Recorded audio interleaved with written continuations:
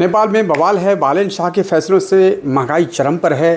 क्या फिर हो जाएगा आंदोलन? नेपाल भारत के खिलाफ है, क्या यह सच है? बालन शाह के फैसलों से क्यों भड़की है जनता? तराई वर्सेस पहाड़, नेपाल में क्यों बट गया देश? बालन शाह पर बड़ा खुलासा। इस 100 रुपये के सामान पर इतना टैक्स, नेपाल में महंगाई से हाहाकार है। पूरा सच जानिए। इंडिया पर इसका क्या असर होगा? आइए सभी प्रश्नों का उत्तर गहराई से जानते हैं। दोस्तों नमस्कार, YouTube चैनल द रिव्यू पर आपका स्वागत है। मैं हूं आपका अपना दिनेश गुप्ता। नेपाल में अभी राजनीतिक बिल्कुल गर्म है और चरम पर है। कुछ लोग कह रहे हैं देश बदल रहा है, तो कुछ लोग कह रहे हैं महंगाई से हालत खराब हो गया है। आखिर सच क्या है? नेपाल में इस समय एक नया चेहरा चर्चा में है, बालन शाह, जो नेपाल के प्रधानमंत्री है। इनका कहना है पहले नेपाल फिर बाकी दुनिया। ऐसे में चर्चा ये भी है, क्या नेपाल भारत के खिलाफ है? सीधा समझिए, नेपाल भारत से लड़ाई नहीं कर रहा है, लेकिन अब वो चाहता है कि हम अपने हिसाब से चलें। और वो कहते हैं हम अपने हिसाब से ही चलेंगे। जैसे गांव में छोटा भाई बड़ा होकर कहता है अब हम खुद फैसला करेंगे, यानी कि नेपाल सोच लिया है कि अब मैं अपना देश का फैसला मैं खुद करूं। तराई वर्सेस पहाड़ी इलाका में इनका क्या सोच है? क्योंकि नेपाल दो भाग में सदैव बटा रहा है, इसलिए नेपाल को दो हिस्सों में समझना चाहिए। और समझिए, पहला हिस्सा तराई क्षेत्र जो भारत के बॉर्डर से सटा हुआ है।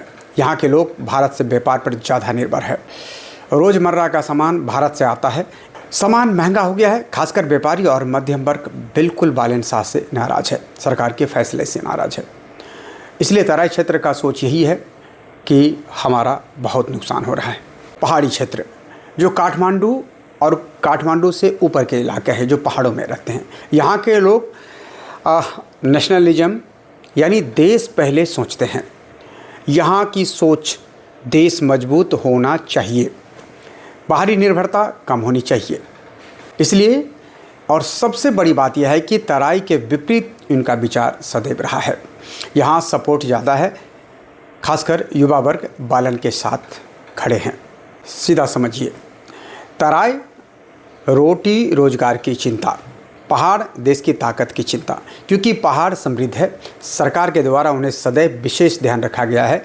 नौकरी में पहाड़ के लोग तराई से कई गुना ज़्यादा है और सरकारी संसाधन का उन्हें भरपूर लाभ प्राप्त होता रहता है बनिस्पत मधेश के। इसलिए उन्हें कोई फ़र्क नहीं पड़ता महंगाई हो या ना हो। भंसार क्या है जो बालन शाह ने लगाया है? भंसार ड्यूटी बढ़ाया है, यानी कि भंसार मतलब कस्टम ड्यूटी। नेपाल में भंसार कहते हैं, इंग्लिश में कस्टम कहते हैं। कस्टम ड्यूटी क्या है उस पर बात करते हैं। भंसार मतलब कस्टम। जब भारत से सामान नेपाल जाता है तो उस पर सरकार टैक्स लेती है। क्या है नियम? अगर 100 रुपया से ज़्यादा का सामान है तो उस पर टैक्स लगेगा, जो वर्तमान में बालन शाह ने लगाया है। मान लीजिए आपने 200 रुपये का सामान खरीदा, उस पर 20% से 40% तक भंसार यानी कि कस्टम ड्यूटी लग सकता है। यानी 200 रुपये का सामान 240 से 280 रुपये तक आपको पड़ सकता है।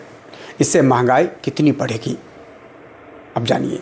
आसान भाषा में समझिए, पहले जो सामान 100 रुपये का था वो अब 120 से 140 रुपये तक हो सकता है, यानी कि 20 से 40% तक महंगाई बढ़ सकती है। अब इसका असर क्या होगा? कपड़ा महंगा हो जाएगा, इलेक्ट्रॉनिक्स सामान महंगा होगा और खाने पीने की चीज़ भी महंगी होगी। सबसे ज़्यादा असर किस पर होगा? सबसे ज़्यादा असर गरीब और मध्यम वर्ग के लोगों पर होगा, छोटे दुकानदार पर होगा। बॉर्डर के लोग यानी तराई क्षेत्र के इलाका के लोग जो रोज़मर्रा के जीवन पर, जिनका व्यापार से लेकर सभी कुछ भारत पर निर्भर करता है, उनको समस्या होगी। बालन शाह के फैसले जिस पर हो रहा है, विरोध भी है और समर्थन में भी है। भारत से आने वाले सामान पर सख्ती, छात्र राजनीति पर रोक, भ्रष्टाचार पर कार्रवाई, विदेश नीति में बदलाव, ये सब मिलकर देश बदलने की कोशिश किया जा रहा है। अब बात आती है, क्या लोग विरोध कर रहे हैं? तो जवाब है हाँ, लेकिन आधा आधा माहौल है। पहाड़ी क्षेत्र सपोर्ट में है, तराई क्षेत्र में नाराज़गी है। देश दो सोच के बीच बटा हुआ है। अब बात आती है, क्या नेपाल फिर आंदोलन की तरफ मूव करेगा या नेपाल में फिर आंदोलन होगा? तो बता दूं, अभी हालात गर्म है लेकिन कंट्रोल में है। अगर ये हुआ, जैसे महंगाई और बढ़ी, व्यापार और गिरा, जनता की सुनवाई नहीं हुई, तो आंदोलन हो सकता है। तराई क्षेत्र से शुरू हो सकती है आंदोलन, क्योंकि समस्या ज़्यादा तराई क्षेत्र के लोगों की ही है। अब यह जान लेना जरूरी है, नेपाल भारत के खिलाफ नहीं जा रहा है, लेकिन अब वो अपने दम पर खड़ा होना चाहता है। बालेन शाह देश को बदल भी सकते हैं, और अगर हालात बिगड़े तो बड़ा आंदोलन भी हो सकता है, जिसका खामियाजाना पुनः नेपाल को भुगतना पड़ सकता है। बालेन सरकार को यह समझना होगा कि भारत और नेपाल के संबंध बेटी रोटी का है, इसे मिटाया कभी नहीं जा सकता। अगर भारत से जाने वाला रोज़मर्रा के सामान जैसे खाने पीने की, कपड़ा आदि पर टैक्स लगा जो अभी तक फ्री था, तो तराई के लोग परेशान होकर आंदोलन की तरफ जा सकते हैं। अब ऐसा क्यों होगा, यह जानिए। तराई क्षेत्र के लोग एक शादी ब्याह में और श्राद्ध आदि क्रम में, कोई भी बड़े काम, कोई भी उत्सव हो या कुछ भी हो, कम से कम 2 से 3 लाख रुपए की खरीदारी इंडिया से करते हैं। वो बिल्कुल टैक्स फ्री रहता है, अभी तक कोई टैक्स नहीं। जिस तरह से आम इंडियन गांव मार्केट से सामान लेके जाता है, उसी तरह से नेपाल के तराई क्षेत्र के लोग भी सामान लेके फ्री में जाया करता था। लेकिन अब 3 लाख का सामान 4 लाख से 5 लाख में भी मिलेगा, यानी कि 20 से लेकर 40 से लेकर के 80% तक रेट उसका महंगा हो जाएगा। तो ऐसे में आम लोग जो गरीब तबके के हैं उस पर भारी बोझ पड़ेगा, और वह बोझ आंदोलन का रुख अख्तियार कर सकता है। तो आप समझ रहे हैं कि भाई, क्योंकि सबसे बड़ी ज़रूरी चीज़ है महंगाई। अगर महंगाई किसी भी देश में बढ़ी और वहाँ पर संसाधन की कमी है, तो निश्चित तौर पर आंदोलन होना ही होना है। तराई क्षेत्र के लोग परेशान इसलिए है कि भारत से उन्हें हर चीज़ एक भारतीय की तरह ही मिल रहा है। ना कोई इसमें टैक्स, ना कुछ, मज़े से वो सामान ले जा रहे हैं, बड़ी आराम से अपना जीवन यापन कर रहे हैं। लेकिन इस पर प्रतिबंध लगने से पहाड़ी क्षेत्रों के तो ज़्यादा नुकसान नहीं है, लेकिन तराई क्षेत्र को भरपूर नुकसान होगा, और ये आंदोलन की तरफ मूव कर सकता है। अब आपके हाथ में है कि इसके ऊपर आपकी प्रतिक्रिया क्या है।